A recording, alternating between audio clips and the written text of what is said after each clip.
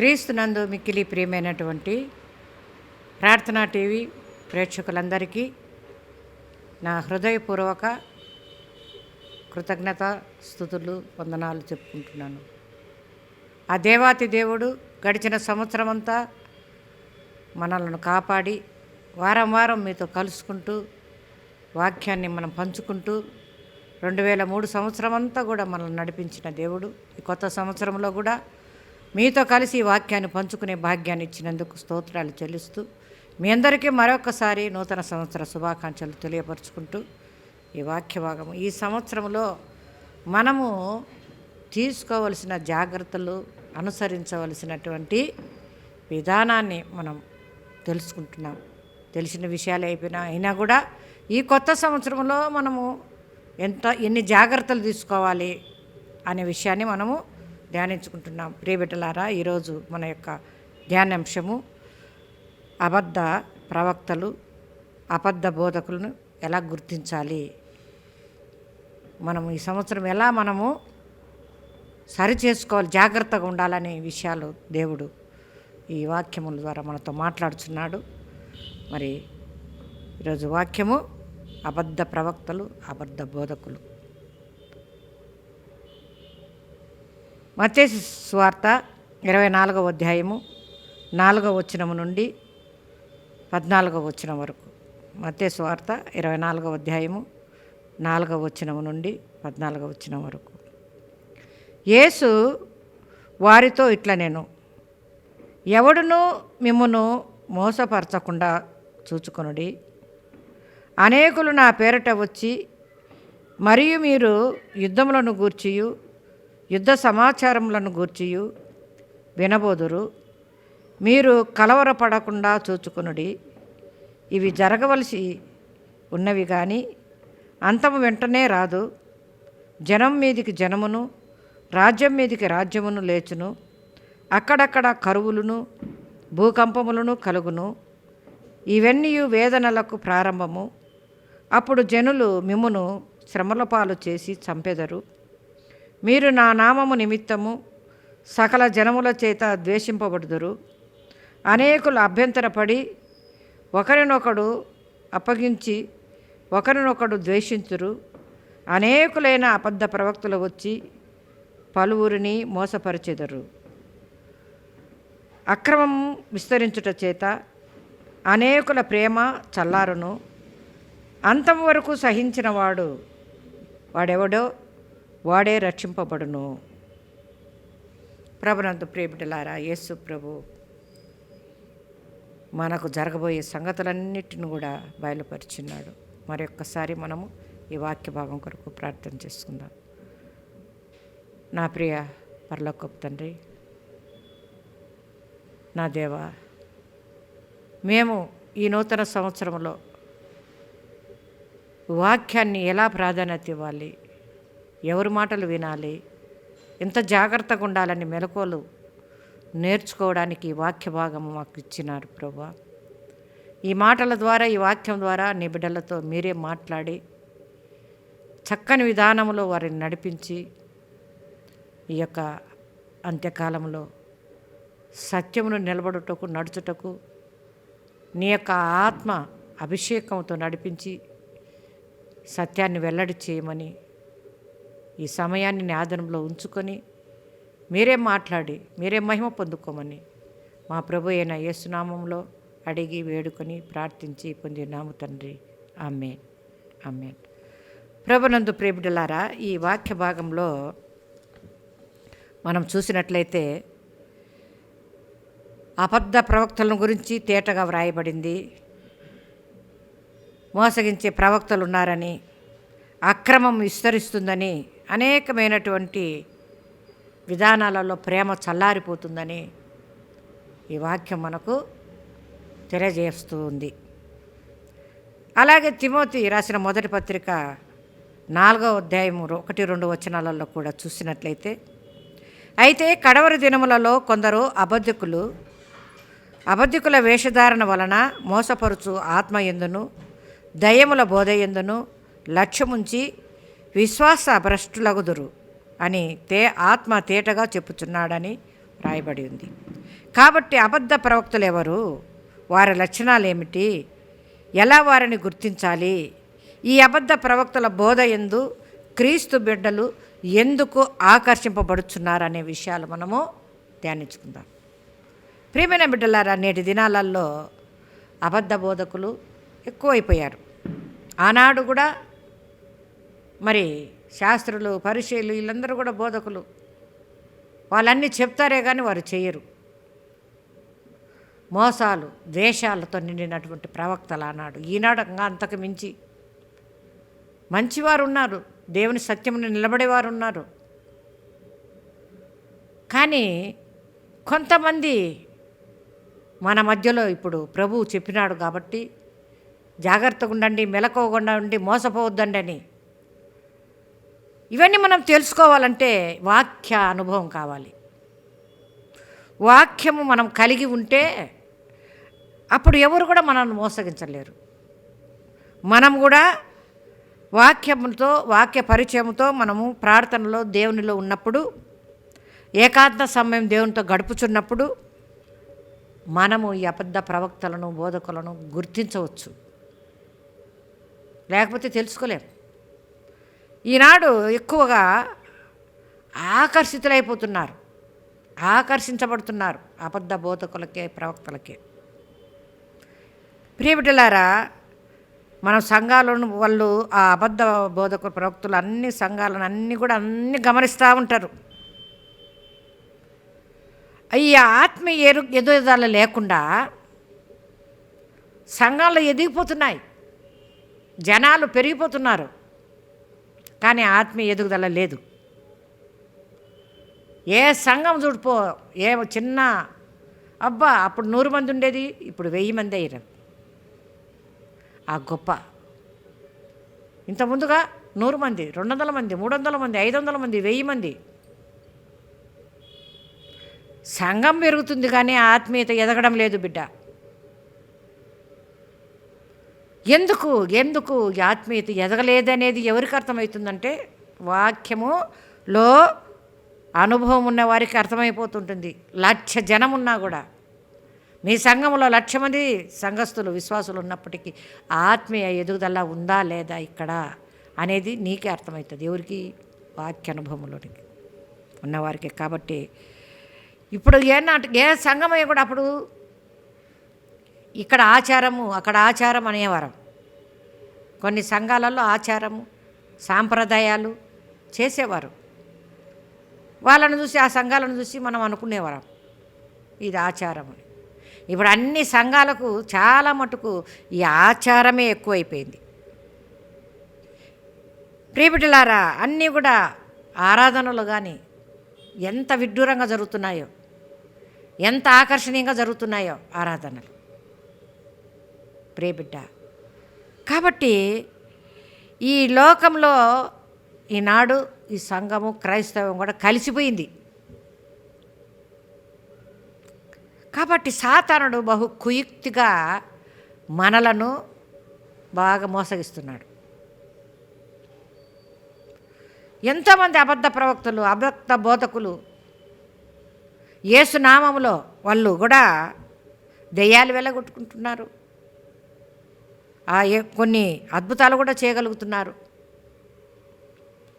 కాబట్టి ప్రియబిడ్డ, అయితే వీళ్ళు నిజమా అబద్ధమా అనేది, ఇది అబద్ధ ప్రవక్తల నిజంగా అని గుర్తించడానికి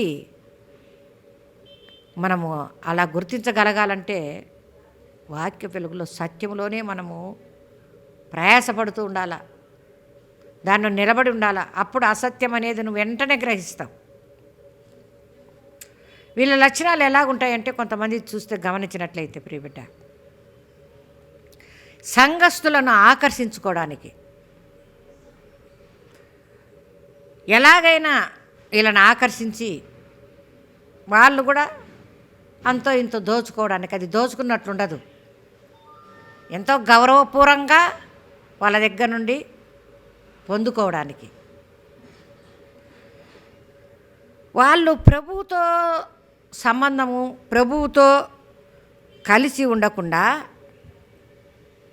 ఆ సంఘంలో ఎవరిని పట్టుకుంటే మనకు పనులు జరుగుతాయా, ఎవరిని పెడితే మన సంఘానికి మేలు, ఎవరు పెట్టుకుంటే వాళ్ళు మన 10 రూపాయలు ఖర్చు పెడతారు అని వాళ్ళను పొగుడుకుంటూ, వాళ్ళను ముందర పెడుతూ అలా కొనసాగించే వాళ్ళు కొంతమంది ఉన్నారు. చూడండి, మనకు పేతురు రాసిన 2వ పత్రికలో కూడా 2వ అధ్యాయం 1 వచనాలు 3వ వచనాలు చూస్తే,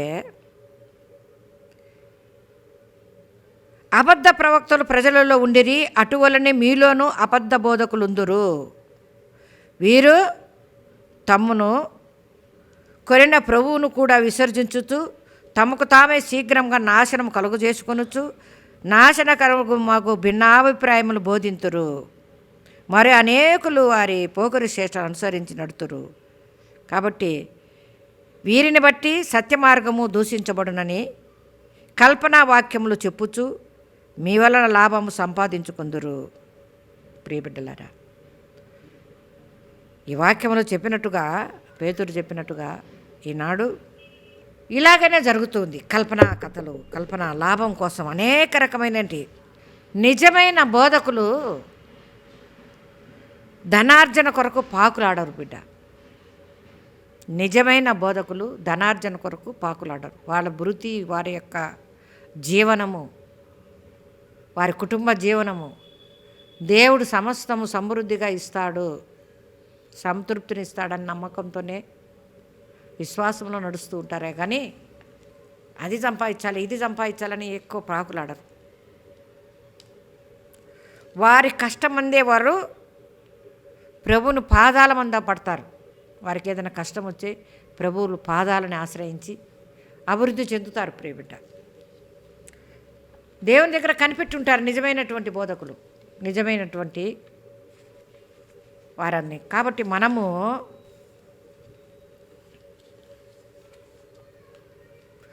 ఈనాడు చాలామంది, కొంతమంది బోధకులు కావచ్చు, అధికారంతో చెలాయిస్తాను. ఇది నా సంఘం, దీనికి నేనే పెద్ద, నేనే ప్రతినిధి, నేను చెప్పినట్టే. ఈ వాక్య బోధన కన్నా వీరికి కావలసింది అభివృద్ధి, జనాల అభివృద్ధి. ఈ అబద్ధ ప్రవక్తలలో ఇంకొక చెడ్డ గుణం ఉంటుంది. ఏమిటంటే, వాళ్ళ సంఘంలో ఎవరైనా వాక్య జ్ఞానం కలిగిన వారు ఉంటే, అలాంటి సభికులు కానీ ఉంటే, వారంటే వీరికి గిట్టదు. వాక్యం తెలిసిన వారు, వాక్యమందు నడుచుకుంటున్న వారిని చూస్తే ఈ అబద్ధ ప్రవక్తలకు, అబద్ధ బోధలకు గిట్టదు. నాకన్నా ఏందో తెలిసినట్టు చెప్తారు. నేను బోధకుని కదా, నాకన్నీ తెలుసు, వీడేంది చెప్పేది, చులకనగా చూస్తారు ఈ అబద్ధ బోధ. అదే నిజమైన బోధకుడు అలా చేయడు. ఎవరి దగ్గరైనా కూడా వాక్య జ్ఞానం ఉంటే వాళ్ళని ఇంకా సంతోషించి ఇంత ఎదిగారే అని ఆనందపడతారు. కానీ ఈ అబద్ధ బోధ ద్వేషిస్తూ ఉంటారు. వాక్యంలో ఎదిగిన వారిని చూసి వాళ్ళంటే గిట్టదు, వాళ్ళంటే ద్వేషిస్తుంటారు. ఇలా ద్వేషిస్తున్నారు అంటే వాళ్ళ నిజమైన బోధకులు కాదు. వాక్య జ్ఞానంలో ఎదుగుతున్న వారిని చూసి ఈ రకంగా ద్వేషిస్తే అది నిజమైన బోధకుని లక్షణం కాదు ప్రియబిడ్డ. కాబట్టి ఏంది ఇటువంటి ఉన్నాడో మనం గుర్తించాలి. ప్రతి ఒక్క బోధకుడు సంఘమంతా ఒక కుటుంబంగా భావించాలి, అంతేకాని భేదాభిప్రాయాలు సృష్టించకూడదు. వీళ్ళు పర్వాలా బాగా చూస్తారు, వారు పర్వాలేస్తారు, వాళ్ళ మంచి కానుకలు ఇస్తారు, వీళ్ళు ఇట్లా చేస్తారని భేదాభిప్రాయాలు చూడకూడదు. చాలామంది సంఘంలో భేదాభిప్రాయాలు సృష్టిస్తుంటారు. పలానా వ్యక్తి ఇదో ఇంత కానుక ఇచ్చినాడు, ఇదో ఈ వ్యక్తి అని 10 మందిలో చదివి చెప్పి చిన్నబుచ్చుతూ ఉంటారు. వాళ్ళ మీద వాళ్ళకు ద్వేషాలు పుట్టిస్తుంటారు, అవమానపరుస్తుంటారు. గొప్పగా ఇచ్చిన వారిని గొప్ప ఇంకా ఎక్కువ ఇస్తారని వాళ్ళని పొగుడుతూ, తక్కువ ఇచ్చిన వారిని కూడా సంతోషపడకుండా వారి పేరును కూడా చెప్పి అవమానపరుస్తుంటారు. సంఘములలో విభేదాలు పుట్టిస్తుంటారు. మనం బాగా గుర్తించాలి. అందరినీ సమానంగా, అందరినీ గోప్యంగా ఉంచి సంఘానికి మేలు చేసిన వారిని, దీనత్వంలో వారిని గౌరవించాలి. చాలామంది సంఘ అబద్ధ బోధకులు అహంకారులుగా ఉంటారు. వాళ్ళు అధికారం చెలాయిస్తూ ఎవరి మాట వినకుండా ఇది అహంకారంగా జీవిస్తూ ఉంటారు ప్రియబిడ్డలారా. కాబట్టి వాక్యపు వెలుగులోనే మనం గుర్తించాలి. ఇలాంటి వారి ఎడల మనం జాగ్రత్తగా ఉండాలి. కాబట్టి నిజమైన దేవుని యొక్క ప్రవక్త బోధకుల యొక్క మాటలు ఖచ్చితంగా ఉంటాయి, ఖచ్చితంగా నెరవేరుతాయి కూడా. మత్తయి సువార్త 7:15 చూసినట్లయితే మనము ప్రవచనాలు అన్నీ కూడా ఒకసారి నెరవేర్చబడి ఒకసారి నెరవేర్చకుండా అట్లా ఏం లేదు. అన్నీ కూడా దేవుని మాటలు. అబద్ధపు మాటలు దేవుడు తన బిడ్డల నోటి నుండి రానియడు. ఏంటేంటో చెప్తారు, ఏంటేంటో ప్రవచిస్తూ ఉంటారు. కొన్ని జరుగుతాయి, కొన్ని జరగవు. పొరపాటున కొన్ని జరుగుతాయి, కొన్ని జరగవు. అట్లా కాదు ప్రియబిడ్డ, అట్లా మనం మోసగించకూడదు. అట్లా మోసగించే వారు ఇప్పుడు ఎక్కువ అయిపోయినారు. దేవుడు మరి ఇట్లా తన యొక్క సేవకుల నోట ఎప్పటికి కూడా అబద్ధాలు మాటలు పలికించడు. మనం వాడి ఒక పరిస్థితిని బట్టి కాకుండా, ఒక వ్యక్తి లేక ఒక బోధకుని యొక్క క్రియలను బట్టి లేక కార్యకలాపాలను బట్టి మాత్రమే ఎటువంటి వాడో మనం గుర్తించవచ్చు. కాబట్టి వాడు పరిశుద్ధాత్మ వరమును బట్టి కాక తన యొక్క ఫలించిన ఫలమును బట్టి మనకు ఎటువంటి బోధకుడు అనేది గుర్తుపట్టవచ్చు. బోధకుడా, అబద్ధ బోధకుడా? పరిశుద్ధాత్మ వరమును బట్టి అతడు ఫలించాల. ప్రియబిడ్డలారా, ఆత్మ ఫలములు ఫలించడం అంటే డబ్బు, చర్చిలు బాగా కట్టించుకోవడం, బాగా ఇండ్లు వాకిళ్ళు, పిల్లలు, డబ్బు, అన్ని కార్లు, సేవకు ఒక కారు, బండి, ఇవన్నీ సంపాదించుకోవడం కాదు ప్రియుట. అతను ఫలించే దాన్ని బట్టి మనము ఇతను నిజమైన బోధకుడని గుర్తించాలంటే అతనిలో ఆత్మ ఫలాలు పండించాలి. ప్రేమ, సంతోషము, సమాధానము, దీర్ఘశాంతము, దయాలత్వము, మంచితనము, విశ్వాసము, స్వాతికము, ఆశా నిగ్రహము, ఇవన్నీ ఒక మంచి బోధకునిలో ఫలభరితమవుతాయి. మనం గుర్తించవచ్చు అతనిలోని ప్రేమ, అతనిలోని శాంతము, అతనిలో ఉన్నటువంటి దయ, విశ్వాసం అన్నీ నిజమైన బోధకుడా కాదనేది. ఈ ఫలాలు పండి ఉండాలి అతనిలో. దీర్ఘశాంతం ఉండాల, నెమ్మది ఉండాల, మంచితనం ఉండాల, దయాలత్వం ఉండాల. కానీ దురాశలకు అన్నీ ఏది కూడా పాకులాడేతనం ఉండకూడదు ప్రియబిడ్డ. కాబట్టి ఇటువంటి వారు త్రోవ తప్పి నడిస్తే ఖచ్చితంగా మనలను నిత్య నరకాగ్నికి వెళ్ళే వారంగానే చేస్తారు. ఎందుకంటే గొర్రెచర్మం కప్పుకున్నటువంటి తోడేళ్ళు వీళ్ళు మనము గ్రహించగలిగితే, కానీ అటువంటి బోధకులకు ఆకర్షితులైపోతున్నారు ఈనాడు జనం. కాబట్టి నిత్య నరకాగ్నికి మనం పోకుండా గుర్తించి మనము మన కుటుంబాలు రక్షించబడాలంటే ఈ ఆకర్షణకు లోను కాకూడదు. ఏదేదో మనం కూడా బైబిల్ చదివి ప్రార్థించి సత్యాన్ని గ్రహించి మంచి చెడ్డలు తెలుసుకొనగలిగిన వారంగా ఉండాలి. ఈ నూతన సంవత్సరంలో మీరు బాగా బైబిల్ చదవండి, అర్థం చేసుకోండి. ఎలా నడవాలో, ఎలా ఉండాలనో వాక్యం మనకు చక్కగా చెప్తూ ఉంది. కాబట్టి ఎక్కువ ఆదరణ నోచుకొని వారు, ప్రేమకు నోచుకున్న ఎన్నో కుటుంబాల సమస్యలు కలిగిన వారు ఉన్నారు ఈనాడు సంఘములలో. ఉద్యోగాలు రాక నిరాశ చెందిన వాళ్ళు, భార్యాభర్తల ముందు కలహాలు, మనశ్శాంతి ఉండేవాళ్ళు, శాంతి లేక అల్లాడిపోయేవారు, అప్పుల బాధతో ఉన్నవారు, అనారోగ్యంతో ఉన్నవారు, వీళ్ళనందరినీ ఆకర్షించుకుంటున్నారు ఇప్పుడు అబద్ధ బోధకులు. పలానోళ్ళు ప్రార్థన చేస్తే బాగైపోతుంది, పెళ్ళైపోతుంది, సమస్యలు తీరిపోతాయి, బాగా ఇట్లా జరిగింది, అట్లా జరిగింది, ఇట్లా జరిగిందని గొప్ప చేసేసుకుంటున్నారు ప్రియబిడ్డ. ఒక్కొక్కసారి జరగవచ్చు, మామూలుగా దేవుడే జరిపించవచ్చు, లేకపోయింట. కానీ ఫలానా యొక్క బోధకుని వలన మాకు ఇది జరిగింది, మా కుటుంబంలో మేలు జరిగింది, ప్రార్థన చేస్తే ఇలా జరిగింది, అలాగా జరిగింది అని అలా ప్రాపగండ చేసుకొని వాళ్ళ యొక్క బలహీనతలు, ఆ అప్పులతో ఉండేవాళ్ళు, అనారోగ్యంతో ఉండేవాళ్ళు, వివాహం జరగకుండా ఉండేవాళ్ళు, నిరుద్యోగులు ఉండేవాళ్ళు, వాళ్ళని విశ్వాసంలోకి నడిపించుకోకుండా వాక్యపు వెలుగులోని వాళ్ళకు నిలబెట్టకుండా వాళ్ళు ఎంత ఇదన్నా కూడా వాళ్ళు సోమరులుగా ఉండి ఊరికే ప్రార్థన చేస్తే సరిపోతుందా? వారి జీవంలోని నడవద్దా? ఆధ్యాత్మికమైన నడిపింపు కావాలి ప్రియబిడ్డ. అది లేదు ఈనాడు. ఎటు చూసినా కూడా వీళ్ళ ద్వారా దేవుడు మనకేమిస్తాడో, వీళ్ళ ద్వారా మనకు దేవుడు ఇస్తాడు అని అనుకుంటున్నారు. కానీ వాళ్ళ ద్వారానే దేవుడు వాళ్ళకి ఇస్తాడని, దేవుని యేసయ్య ద్వారా మనకు వస్తుందని వాళ్ళు గ్రహించలేక, యేసయ్యను గోజాడుకోలేక, ప్రార్థించలేక, విశ్వాసంలో వాళ్ళు కూడా దేవుని సన్నిధిలో ధైర్యంగా ఉండగలిగే స్థితి సంఘాలలో, విశ్వాసులలో చాలా తక్కువైపోయింది ప్రియబిడ్డ. ఎందుకంటే ఈనాడు ఆధ్యాత్మికంగా నడిపించే బోధకులు కరువయ్యారు, తక్కువైపోయింది. వ్యక్తిగతంగా ఒక్కొక్క ఇంటికి, ఒక్కొక్క వ్యక్తికి పరిశీలించి వారి బాధను గమనించి వారిని దేవుని వైపుకు నడిపించి ఆ బాధలన్నిటిలో కూడా, ఆ సమస్యలన్నిటిలో కూడా దేవుని ఆనుకునేటట్టు చేయాలి.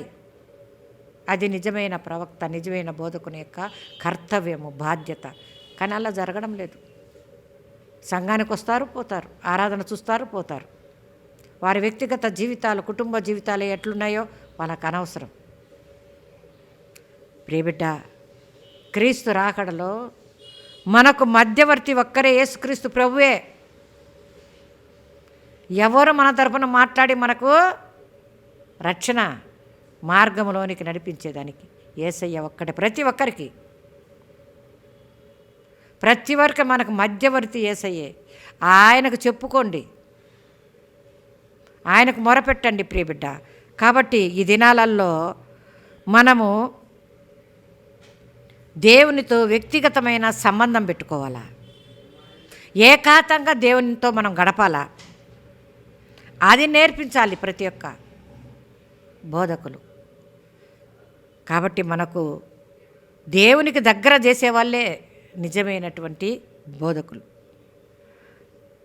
మనకు ప్రార్థన ప్రతిబంధకాలన్నీ తొలగించేసి ప్రార్థన ద్వారా దైవ ప్రత్యక్షతను మనకు పొందగలిగే స్థితికి తీసుకురావాలి ప్రియబిడ్డలారా. దేవునికి వేరుగా ఉండి ఎవరు కూడా ఫలించలేరు. మనము దేవునికి వేరుగా ఉండి ఎవరో ప్రార్థన చేస్తే మనం ఫలిస్తామా? మీరు మీ సొంతంగా వాక్యపు వెలుగులోనికి నడిచి ఇటువంటి బోధలతో, ఈ ఆచారములతో కాలం గడుపుకోవద్దు ప్రియబిడ్డ. మనము ఏ విధంగా కూడా ప్రభుతో అంటుకట్టు ఉండాలి. నేను నిజమైన ద్రాక్షవల్లిని, మీరు నా తీగలు. ఎవరు నా యందు నిలిచి ఉండునో, నేను ఎవని యందు నిలిచి ఉండునో వాడు బహుగా ఫలించును. కాబట్టి ప్రియబిడ్డలారా, ఒకరి వైపు యేసులో మీరు నిలిచి ఉండండి. యేసులో నిలిచి ఉంటే, ఆయనలో అంటుకట్టి ఉంటే, ఆయనకు మనం తీగలమై ఉంటే మనం ఫలిస్తాం. సంఘాలలో సరిచేసుకోవాలి ప్రియబిడ్డ. మనము మొదటగా దేవుని వెలుగులో మనము మన లోపాలేంటో చూసుకోవాలి, సరి చేసుకుందాం. దేవుని వెలుగులో సరి చేసుకుందాం ప్రియబిడ్డ. జాగ్రత్త పడాలి అబద్ధ బోధకుల గురించి. వారి పక్షాన కూడా మనం ప్రార్థన చేయాలి. ఆధ్యాత్మిక నడిపించే సేవకులు మాకు కావాలి ప్రభు అని మనం ప్రార్థించే బాధ్యత మనకుంది. కాబట్టి హృదయపూర్వకంగా మనము ఆధ్యాత్మికంగా నడిపించే బోధకుల కొరకు ప్రార్థన చేయాలి ప్రియబిడ్డలారా. ఫలించాలంటే మన మాటల యందు దేవుని మాటలు నిలిచి ఉండగలగాలి ప్రియబిడ్డలారా. మనం మాట్లాడే మాట దేవుని మాట అయి ఉండాలి. నీకు అలాంటి సమస్య ఉన్నా కూడా నేరుగా ప్రభుతో మాట్లాడడం నేర్చుకో. ఈనాడు ఉన్నటువంటి ప్రతి ఒక్క పరిస్థితులలో ఏ ఆకర్షణకు లోను కాకుండా మనల్ని ఎంతోమంది ఆకర్షిస్తారు మన బలహీనతలను బట్టి. ఆ ఆకర్షణకు లోను కాకుండా సత్యంలో నీ అంతట నువ్వు వ్యక్తిగతంగా ప్రత్యేకించబడి ఈ నూతన సంవత్సరం ఒక నూతనంగా జీవించడానికి దేవునికి దగ్గరైపోయి దేవునితో సంబంధం పెట్టుకొని నిజ బోధకుడు ఆయన నిజమైన సత్యాన్ని మనకు బయలుపరిచే దేవుడు, మనల్ని ప్రేమించే దేవుడు, మనల్ని ఫలింపచేసే దేవుడు ఆయనలో అంటుకట్టబడి ఆత్మీయంగా మనం ఫలించాలంటే ఆ మాటలు ఈ మాటలన్నీ మన తలలో దూర్చుకోకుండా నిజమైనటువంటి మార్గంలో నడిపించే ఆధ్యాత్మికమైన మార్గం నడిపించే సేవకుల వెంట నడవండి, బోధకుల వెంట నడవండి, వారి మాటలు వినండి. కానీ గ్రహించండి ఏ ఉద్దేశంతో ఎవరు ఎలా మెలుగుచున్నారో, ఏది సత్యమో ఏది అసత్యమో గ్రహించి మెలకువగల ఉండండి, జాగ్రత్తగా ఉండండి. దేవుడు చెప్పినటువంటి రోజులన్నీ సూచనలన్నీ జరుగుతున్నాయి. యుద్ధాలు, భూకంపాలు, ఏడుపులు అన్నీ వచ్చేసాయి, కరోనా, తెగుళ్ళు, అన్ని సూచనలు జరుగుతున్నాయి. రాకడ సమీపం అవుతుంది. నిత్య నరకాగ్నికి మనము చేరువ కాకుండా సత్యమును తెలుసుకొని జాగ్రత్త పడి యేసుక్రీస్తుయే నీకు ప్రధాన బోధకుడు. ఆయన మాటలు విని ఆయనకు సన్నిహితంగా ఉండి ఆయన వాక్యం ద్వారా ఆయన వాక్యపు వెలుగులో నడుచుకోవాలని ఎక్కువ నూతన సంవత్సరం తీర్మానం చేసుకొని నీ స్వనీతిని వదిలి, ఎవరి మాటలు కాదు, నీవు దేవుని మాటలే బాగా చదివి అర్థం చేసుకో, చక్కని దేవుని మాటలు విను, గ్రహించు, నీ జీవితాన్ని మార్చుకోవాలి. ఈ సంవత్సరం రాకడ సమీపం అవుతుంది కాబట్టి ఏ దానికి ఆకర్షించబడద్దు, ఎంత బలహీనుడమైన ఆకర్షణ కావద్దు. దేవుడే నీ సమస్యకు పరిష్కారం, దేవుడే నీ వ్యాధికి స్వస్థత, యేసయ్యే నీకు అన్నిటికీ సమస్తానికి పరిష్కారం. ఆయనే నీ తరపున వాద్యం ఆడేవాడు, నీ మధ్యవర్తి, నీ కొరకు విజ్ఞాపన చేసేవాడు. ఆ యేసయ్యనే ఆనుకుని ఉండి ఈ నూతన సంవత్సరం అంతా నీ జీవితం, విన్న బిడ్డల జీవితాలన్నీ కూడా ఆయనతో కూడా నలిసి ప్రయాణం చేయదుగాక ప్రార్థన చేసుకున్నాను. నా ప్రభు, నా దేవ, నా తండ్రి, మేము కొన్ని మాటలు సత్యమును నడవడానికి, సత్యాన్ని గ్రహించడానికి, ఎటువంటి అబద్ధపు మాటలకు లోబడకుండా తెలుసుకొని గ్రహించి వాటిని అనుసరించడానికి జ్ఞానం కావాలి. ఆ జ్ఞానం నీ దగ్గరనే దొరుకుతుంది, నీ వాక్యములోనే. ప్రభువా, ప్రతి ఒక్క బిడ్డ బోధకుడు, స్వార్థకుడుగా, నేను ప్రకటించే బిడ్డగా మారాలి ఈ నూతన సంవత్సరం. ప్రతి ఒక్క బిడ్డ సత్యాన్ని తెలుసుకొని ఇంకొకరికి సత్యంలోకి నడిపించబడాలి. నాయన, ఇటువంటి అబద్ధపు బూటకు మాటలు, ఆచార వ్యవహారాలతో పడుకోకుండా నాయన ఎట్లు ఉన్నామో చూడు నాయన, మా కుటుంబాలు, మా సంఘాలు చూడు ప్రభు. ఒకసారి చూస్తూ ఉంటే ఎంతో వేదన, అది లోకానికి అర్థం కాదు ప్రభు. వాక్యంలో ఆ వెలుగులో నడుస్తున్న వారికే వేదన. ఆధ్యాత్మికంగా నడిపింపు ప్రతి సంఘానికి దయచేయి ప్రభు. సంఘ కాపరులు, బోధకులు సత్యాన్ని వెల్లడి చేసి ధనార్జన కోసం కాక ఆత్మల రక్షణ కొరకు ఎన్నో జీవితాలు, ఎన్నో కుటుంబాలు క్రైస్తవ బిడ్డలు దూరం అయిపోయి నామమాత్రంగా జీవిస్తున్నారయ్యా. నామకార్థ క్రైస్తవులుగా, సంవత్సరానికి క్రిస్మస్ క్రైస్తవులుగా ఉన్నారు, సంవత్సరపు క్రైస్తవులుగా ఉన్నారు. అసలు రాని దూరం అయిపోయిన బిడ్డలు ప్రభా. విందు వినోదాలే పండగ, సంబరాలు, బంధువులు కలిసి ఉండడమే పండగ అయిపోయింది. కానీ వాళ్ళ ఆధ్యాత్మిక స్థితిని గ్రహించలేకపోతూ పతనమైపోతూ కుటుంబాలు నాశనం అయిపోతున్నాయి ప్రభా. పిల్లలంతా చెడుదారణ అయిపోతున్నారు. సమాధానం లేని కుటుంబాలు ఉన్నాయి ప్రభా. ఈ సంవత్సరంలో నా తండ్రి నాయన ప్రతి కుటుంబంలో సమాధానం, యథార్థత కావాలి, ప్రేమ కావాలి ప్రభా. నిజమైన ప్రేమ కుటుంబంలోనే పంచుకోవడం లేదు, తల్లిదండ్రులు బిడ్డలకు పంచడం లేదు, బిడ్డలు తల్లిదండ్రులు ప్రేమించడం లేదు, భార్య భర్తల మధ్య ప్రేమ లేదు, అన్నీ నాటకమే ప్రభా. ఈ అబద్ధమైనటువంటి పరిస్థితుల నుండి సత్యములోనికి నడిపించుకోమని కుటుంబాలను, విన్న బిడ్డలను నన్ను నీకు సమర్పిస్తూ సమస్త మహిమ ఘనత ప్రభావములు మీరే పొందుకోమని ఈ మనవులన్నీ మా ప్రభు అయిన యేసుక్రీస్తు అతి పరిశుద్ధమైన నామంలో అడిగి వేడుకొని ప్రార్థించి పొంది నాము తండ్రి. ఆమేన్, ఆమేన్.